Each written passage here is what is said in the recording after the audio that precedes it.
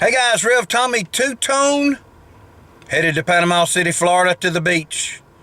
Plan on doing some vlogging while I'm down there and maybe some vlogging on the way. Haven't even left the house yet. It is indeed 9:31 a.m. on September the 29th, 2017. First of all, coming from Adamsville, Alabama, let's see how long it takes us to get to the beach, how many stops I'll have to make. My wife is already on the way down there with her parents. Going with them. They've left about 30 minutes ago. They are going to stop somewhere and have breakfast. I don't plan on doing that. I plan on trying to make it all the way. Of course, I may stop a couple of times at a rest stop, get something to drink, maybe a snack. I've got some snacks in the car. Other than that, we're headed down. So let's go to Florida. See you on the next clip. Bye.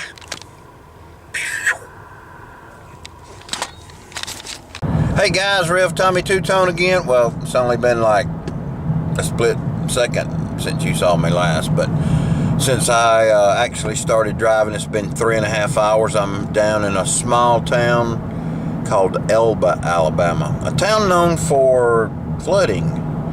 It is in a great floodplain around the, I believe it's the P River, P River. Speaking of that, I need to find a place to stop and pee myself.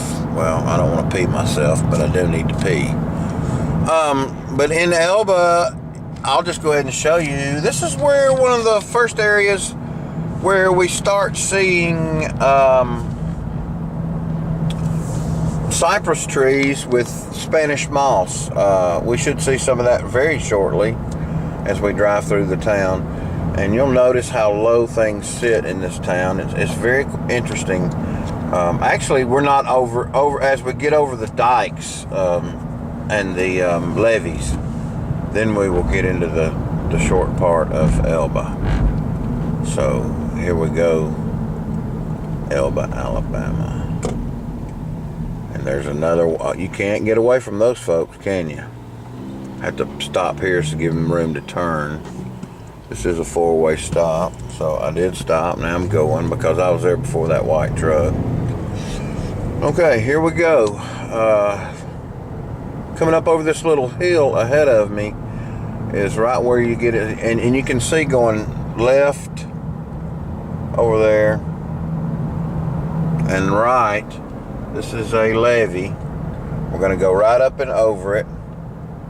Supposedly to keep the town from flooding, but what it does, it keeps the water in the town, and every bit of this has been underwater.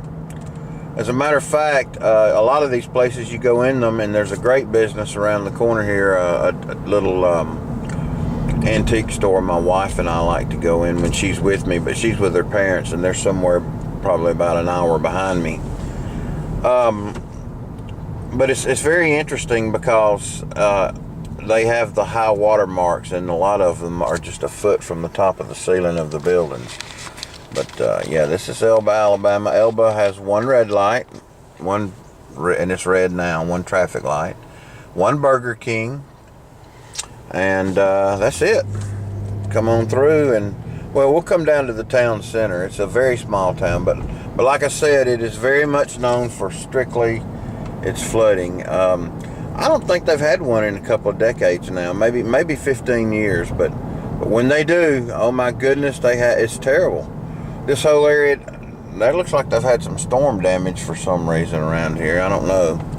And there's a lot of sand on the streets. By the way, this is also where you start crossing over into sandy soil instead of, and we'll go straight here. 87 goes to the left here. You start getting into sandy soil instead of dirt, clay dirt, like where I'm from, that red clay dirt in North Alabama. Up down in here, it's all sand, which to me I love because it's another sign. Look at that beautiful building, though. Look at that. That is gorgeous. Beautiful, beautiful building. All this is flooded, though, before. All this area right in here. Everything. I mean, it's probably been, under, 8 or 9 feet of water. The antique store would be over to my right, but I want to show you right through here. Coming up, let's see. That may give you a better shot too. This is the P River coming right over here. See, right down in there. That's the P River. And that's the floodplain. Now we're going to come on up a hill. Also, the hills are going to start leveling out as we get closer and closer to the Florida state line, and we'll be in flat area. And once we get into Florida, it will be about a 45-minute drive to our destination. But I'll get back to you soon. It's Rev Tommy Two-Tone out. Hey y'all, just driving down the road, probably about 25 miles outside of Elba, Alabama. Looks like to me I'm kind of in a pine forest. You can see it's second growth pine. So anyway, I better stay on the road. I'm going to talk to you a little bit. I want to tell you something exciting going on in my life. About 6 months ago, I came across this guy on YouTube named Tucker Gott. And I'll put a link below because I think he deserves it. Tucker is a young man in his early 20s who flies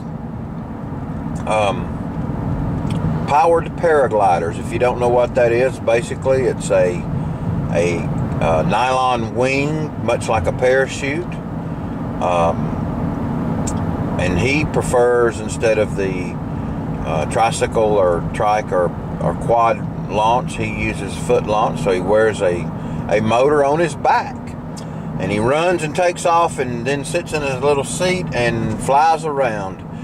And I got to watching it, and I've watched other guys do it, and decided, you know, I want to do this badly.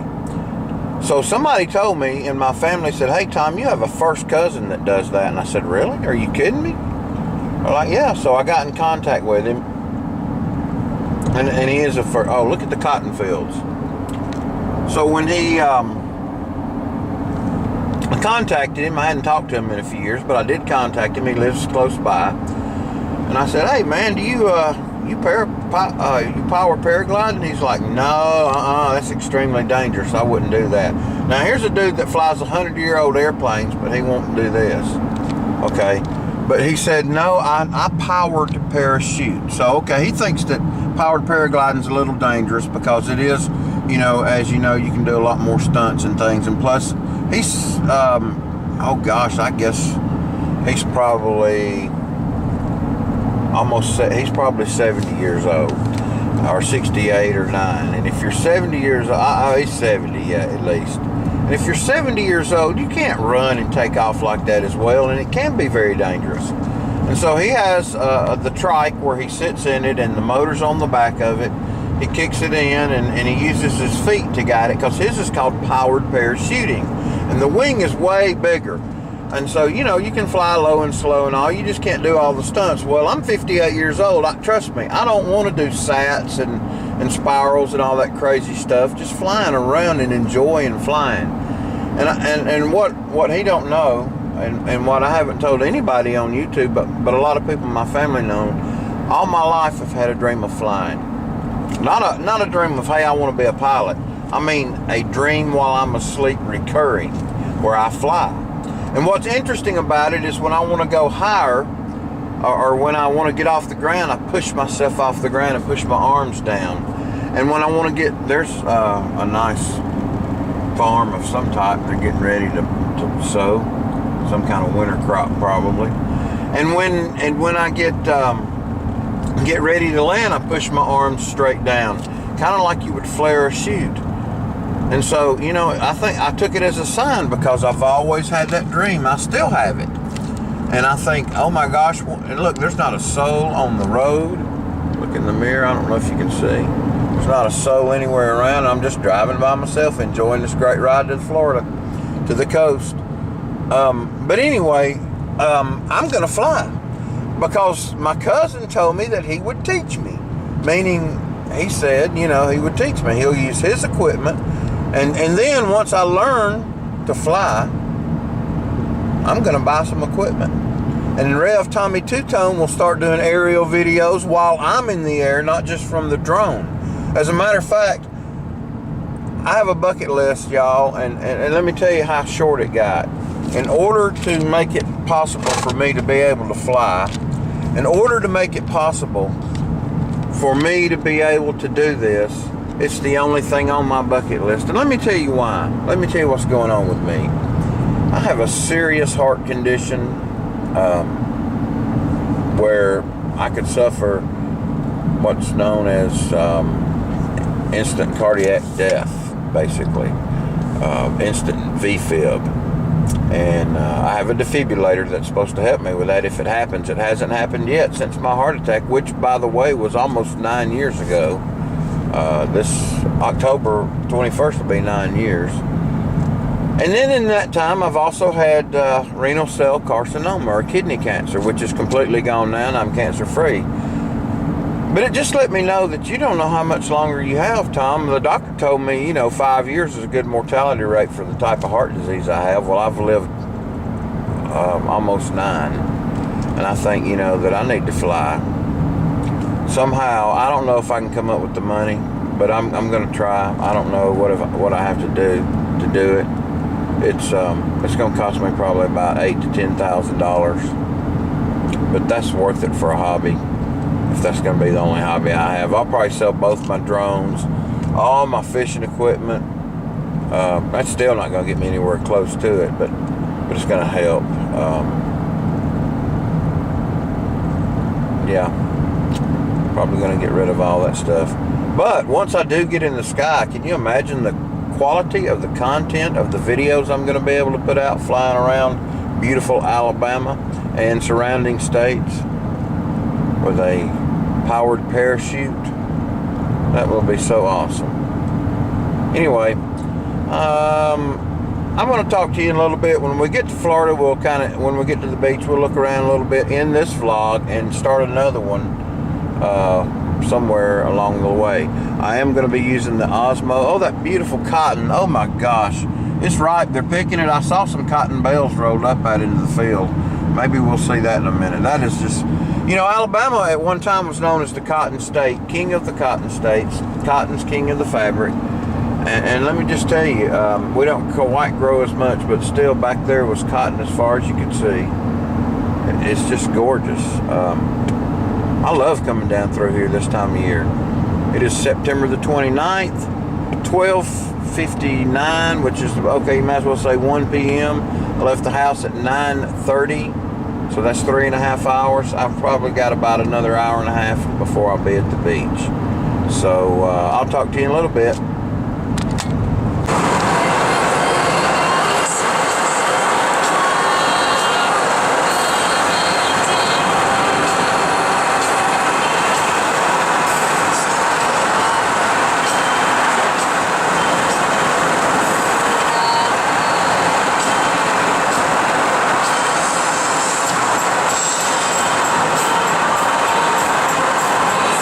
Well, I'm here. I'm about to cross the bridge over West Bay, which is the Intracoastal Waterway, and so that means I'm only 5 miles from the beach. 5 lousy miles. I remember when I was a kid, this was a drawbridge across here, and it's still partially up down below. I meant to drone this area, but I made a deal with my wife about not bringing my drone. However, I am going to be doing some airboat riding and some parasailing and some all kind of cool stuff like that. I can promise you that we will be doing some pretty cool stuff, without a doubt. Alright, headed to the beach. Almost there.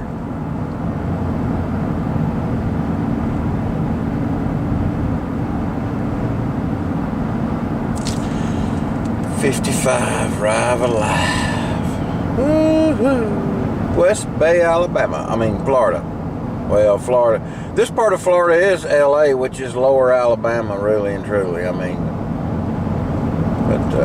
here we go now. 65. Wow, they've upped the speed limit since I've been down here last. We'll take it. But as far as you can see, just way down there, just as far as you can see. In a minute, you'll be able to see the ocean, because this road leads straight into it.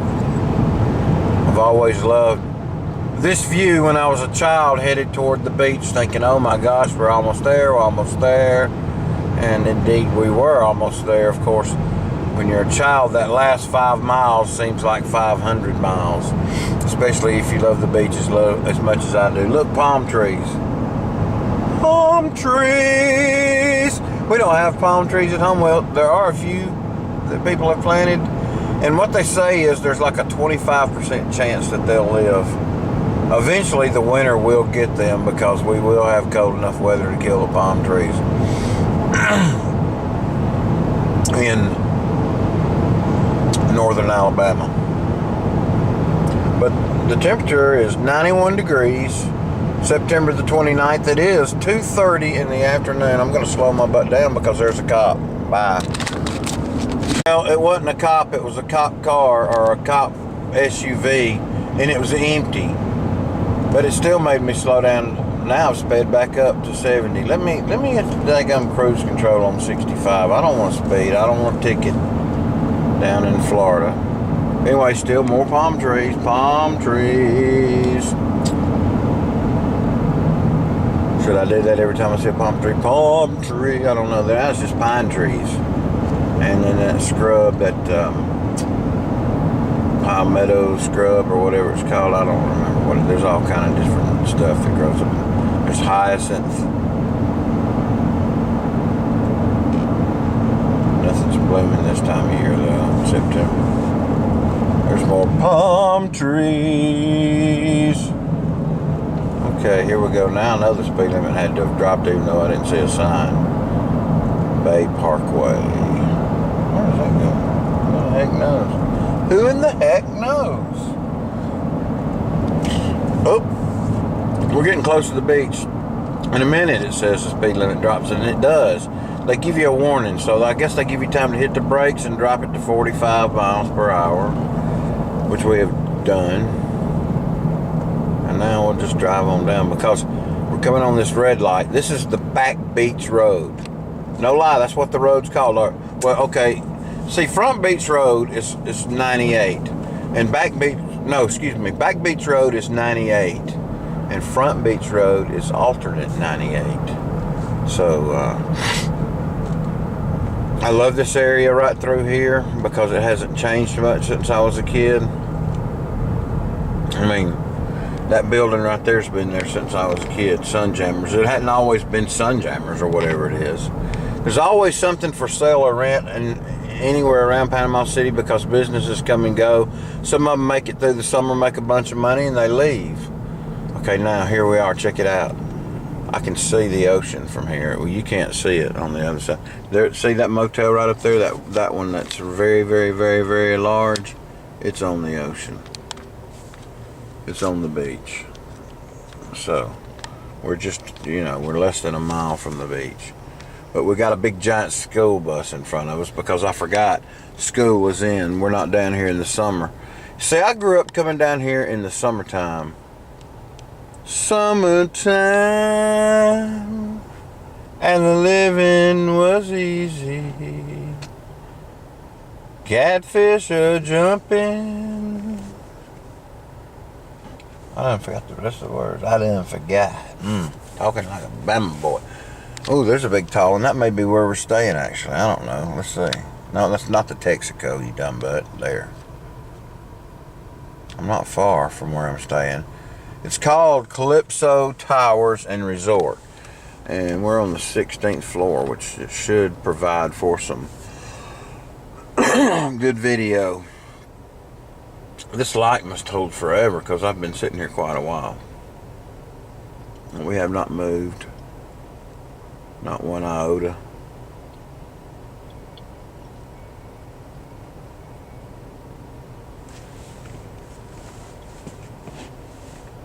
Come on, open the gates. We're coming down to the beach. I know that down here now, the Schooners is celebrating their annual Lobster Fest, and I hope to go to that because they have some really good food, although I'm allergic to lobster.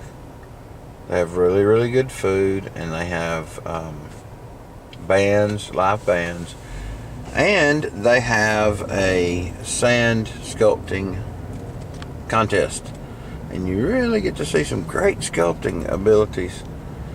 One of the things you'll see a lot of is people on bicycles, motorcycles, scooters, some of those really weird three-wheel car things. Mostly the people you'll see down here right now, there are people coming down for the weekend probably, but mostly locals. I have a friend that works over there in that Panama City administration building, but I don't have time to stop right at the moment.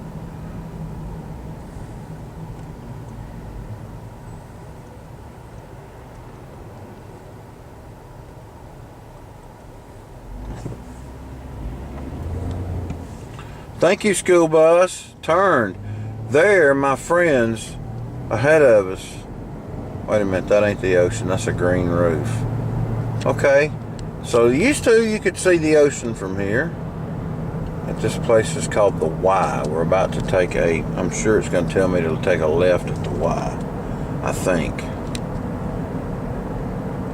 it's going to tell me to take a left at the Y. Let's just see. Oh, I don't have that on.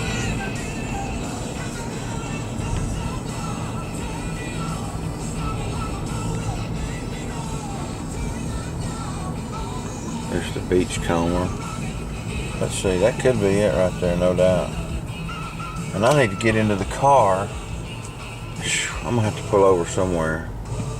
You know what? I'm gonna do this. Yeah, I am gonna do this right here. Oops, not right now. Okay. So we're riding down on Front Beach Road. My destination is about less than a mile. Look at the beauty. Maybe you can see something there. No, just houses. I've got to watch where I'm going though, because people are stopping like crazy. This is a place I love, and I hope we get to go there this year. It's called Dusty's Oyster Bar.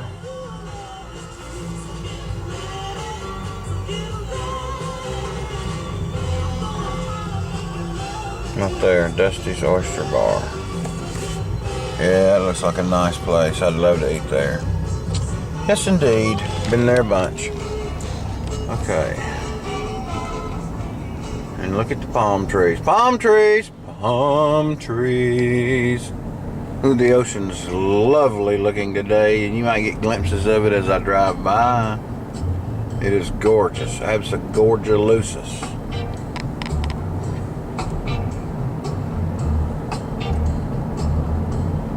Here's Pier Park. This is Pier Park. A lot of shops, places to have some fun. Margaritaville, Jimmy Buffett's Margaritaville. There's the pier. There's the pier and the ocean. Now you can see, check it out. So we're going to be somewhere down here. I don't know where exactly. There's the pier. Oh, I'll turn that off a minute. You know what? That's copyrighted music. I'm going to have to cut all that out. Here's Pier Park, Jimmy Buffett's Margaritaville, Pompano Joe's, some tourist traps. Ron John's Surf Shop really expanded. I remember when there was two. One in Melbourne, Florida, and one in Melbourne, Australia. Let's see. What is the name of this place? I don't know. I do not know. Is this the Calypso? Is it? It is. Oh my gosh, this is it. This is it. 4014. Let's park. Where do we park? Oh gosh. We park right here. I don't know. We're going to turn around. Oh, I just missed it. Okay, that's okay. We'll come back by. I got to put this up by.